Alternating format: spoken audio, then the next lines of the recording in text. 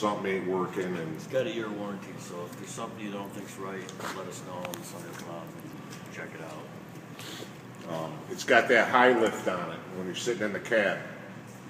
That bucket's out there. And it'll be good for us because those Volvos and stuff, when they put the clamps and stuff on it. So you get that extra, what is it, 1.5 foot? 14 inches. 14 inches, another reach up to get up over. You know, so you're not going to be struggling as much as you would the other one. Things like a Cadillac. Boy, I hate to even use this fucking thing.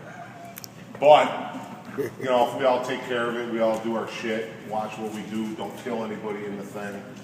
Just when you're climbing all around it, man, grab handles, don't slip, don't hurt yourself. We should be good. The other thing is we're going to have an issue with this fuel key because there is no key. There is a key in there for the fuel. It's got to kind of stay in there, you know what I mean? If you throw it in your pocket, the next guy's going to get, well, where's the fucking fuel key? So we're going to have an issue with that. You already feel it, but we're not. If you just put it back in the cubby hole, we'll all be good. That's the only difference. There's no key, you know, so.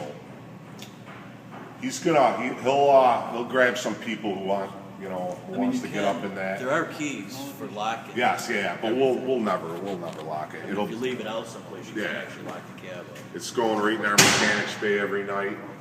I'll come by on Saturday and Sunday to make sure. Just kidding. Bubble wrap is in the second shot. Yeah. When we're done here, he's going to bubble wrap it, park it out front. It's definitely not our dad's Paylor, you know, our father's Paylor.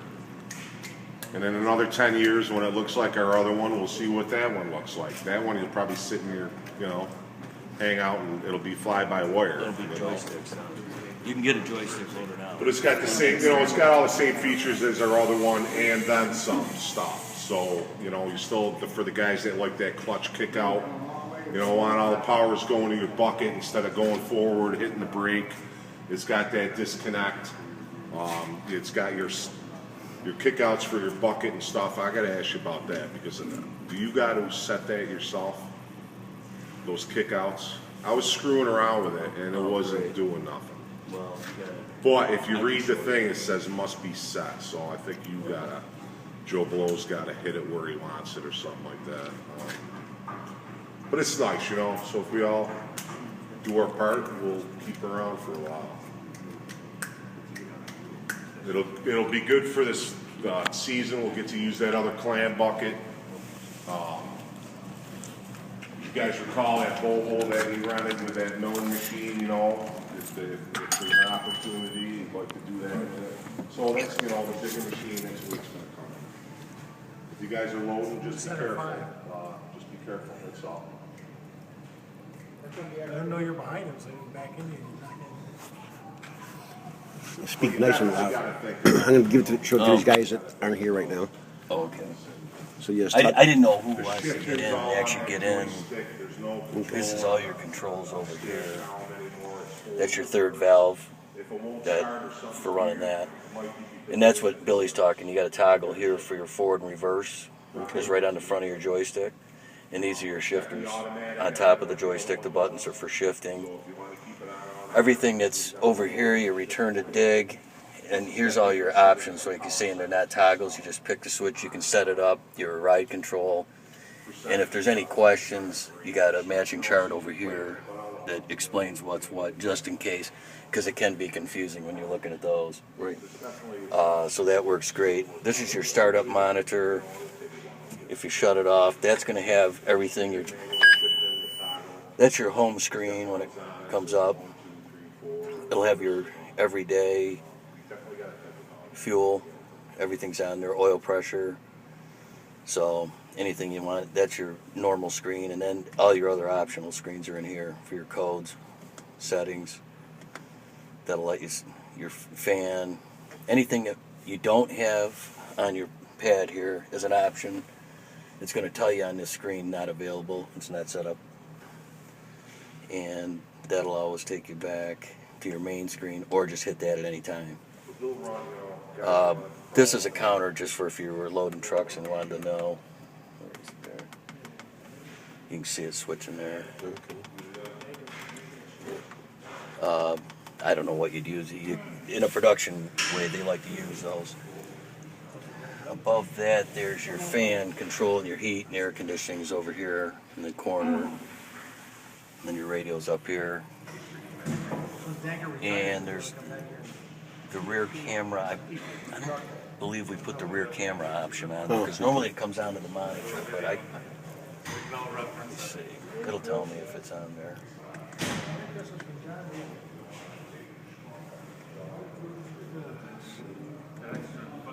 No, it's not installed. There's what'll come up. It'll tell you if something's not there. It'll say option not enabled or installed, and that just means it didn't come with it.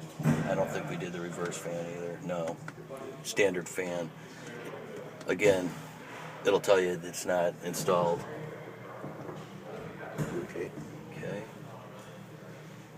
And to start it when they get in, like I say, you hit the green button once, and that brings all your computers up and everything. And then the second time you push that, it's going to start.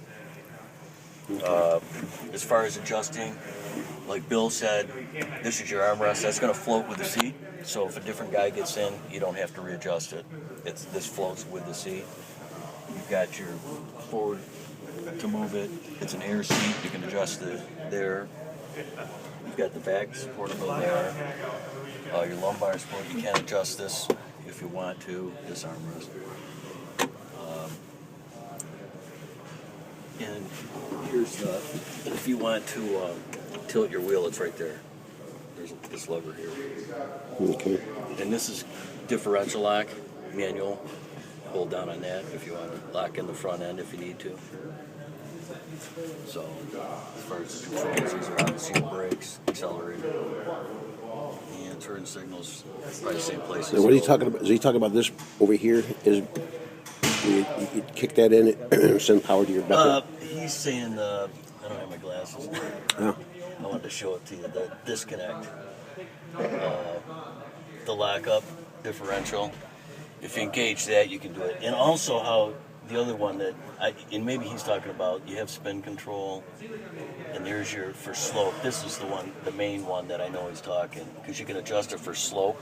And what that does is, if you go to the steepest, all that allows you is when you're on a climb, it'll keep your RPMs up, so that no matter how much load, it'll maintain that RPM, so you keep your speed and power up. It's more what it does. So if you're hitting the brakes, you're still gonna keep your RPMs up. So if you're working the loader, it'll actually raise the bucket and keep moving. You won't lose dropping RPMs, because a lot of times if you don't have that engaged, you start hitting your brakes and you're in the pile, it'll die right down on you. And that's. I know Van Buren, they leave theirs in the steep all the time when they're loading sand all winter, just because it overrides the brake. It'll keep your hydraulic power going. So what it boils down to at the end of the day. So you got your lift working well, even if you're stopping the machine. Because a lot of times, if you don't, everything dies. Okay. All right, thanks. Oh, okay. Okay, I got you. Put that in and then if somebody's up in there.